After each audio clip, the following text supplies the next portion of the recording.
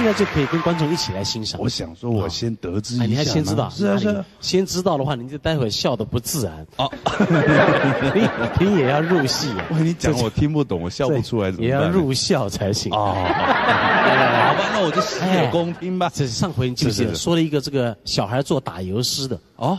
第一句叫先生师娘喜相逢。哎，我本来觉得那个笑话文绉绉的，这观众能不能接受啊？哎，还有点老气，旧时代的笑话。听说反应反应还不错呢。这一听之下，今天再来贡献一个。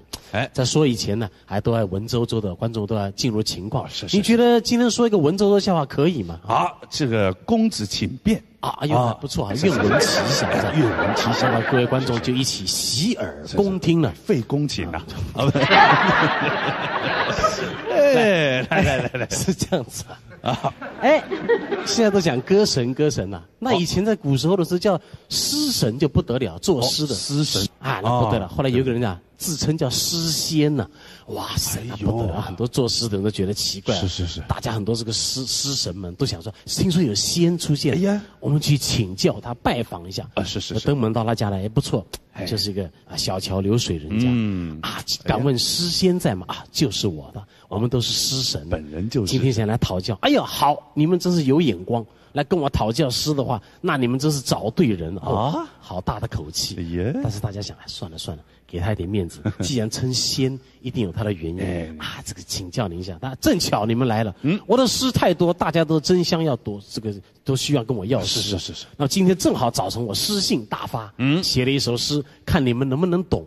能懂的话，才能跟我并驾齐驱。哎呦，好大的口气啊！大家忍耐一下，一定是不错。我奈何这仙是的。你看，这是我今天早上一看4句。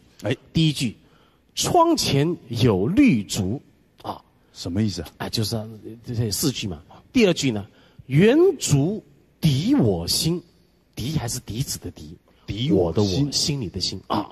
第3句，邝明节的邝2点，何况是，况指玛瑙甲，指是那个就是说指南这个是五指山的指个地方，手指头的指，况指玛瑙甲，是肉耳坠金针，肉猪肉的肉，耳朵的耳，坠金针，这奇怪，那什么意思？大家一看，怎么你们懂不懂啊？不懂的话就可以请教我。大家一看，我想了半天。实在是搞不清楚。那就请教诗仙，您给我说明一下，您这个诗语到底说了什么意思？我就说你们只能当诗神嘛，我就是仙人。窗前有绿竹，再把窗户打开来，大家来看看，我的这个窗前呢，写诗的地方有一棵绿的竹子树。大家说是这个意思。窗前有绿，就是我亲的。那第二句呢？圆竹抵我心。那请您解释一下，这个竹子园子里的竹子长大了以后，做一根笛子是我的心愿。大家说是这个意思不问就真不知道。那第3句，况指玛瑙甲什么意思？况指玛你们都搞不清楚这个况2点旁边一个胸，对不对？就是我二哥手指上那个玛瑙是假的。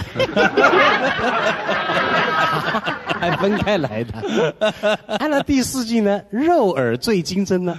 这个肉你们都搞不清楚。这个肉不是一个吗？对不对？一个筐子，对，两个人嘛。上面这个去掉下面一个人念内，对不对？内下面又多一个人，肉耳内这个一个字代表一个人，就是内人呐。内人耳朵上吊的那个耳环呢，坠的坠子呢，那是真的金子做的。这个叫做诗仙。